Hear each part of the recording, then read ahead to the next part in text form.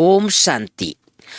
भाई बहनों, आज 10 जुलाई 2025 आज सद्गुरुवार है और हम सभी प्यारे बाबा को भोग लगाते हैं और भोग का हम सबके जीवन में बहुत महत्व है। हम सब अनेक बार सुनते हैं, भोग लगाएं भोग ना मिटाएं। इसके ऊपर क्लासेस भी डली हुई है, आप सब चाहो तो यूट्यूब चैनल में जा कर के देख सकते हैं, है ना।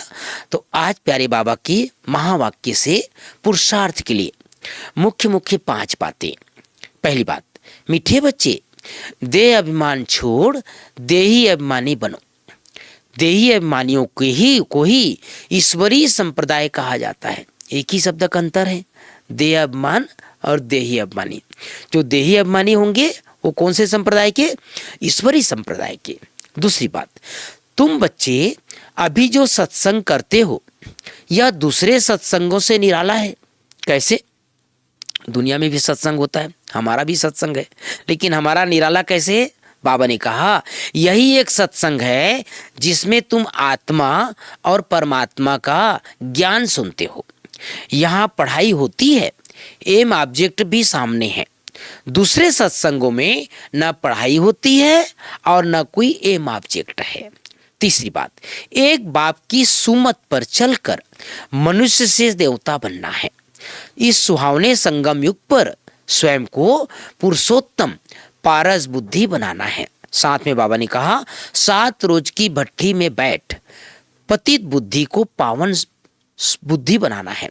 सत्य बाप से सत्य नारायण की सच्ची कथा सुन नर से नारायण बनना है।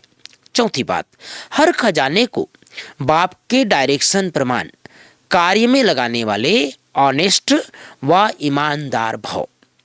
पांचवी बात, स्लोगन है अपोजिशन माया से करनी है, देवी परिवार से नहीं। अपोजिशन माया से करनी है, देवी परिवार से नहीं।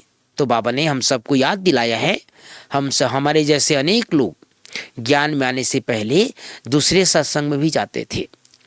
मुझे याद है, मैं भी जब ज्ञान में नहीं आया था तो हमारी एक बाल रामायण समिति थी और जगह जगह जा कर के रामायण का प्रवचन करते थे, पाठ भी करते थे। वो भी एक सत्संग था, लेकिन उसमें किसी प्रकार का कोई एम ऑब्जेक्ट नहीं होती थी और न ही आत्मा परमात्मा की बात होती थी। तो बाबा ने याद दिलाया है यहाँ जो हम रोज सत्संग करते हैं, इसीलिए रामचरितमानस में एक सुंदर शब्द आता है भाई बहनों, मैं कई बार सुनाया हूँ, बिनु सत्संग विवेक न होई, राम कृपा बिनु सुलभ न सोई। जब तक हम सत्य का संग नहीं करेंगे तब तक हमारी आत्मा का विकास नहीं हो सकता।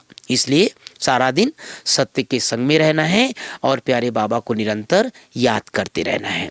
ओम शांति, ओम शांति।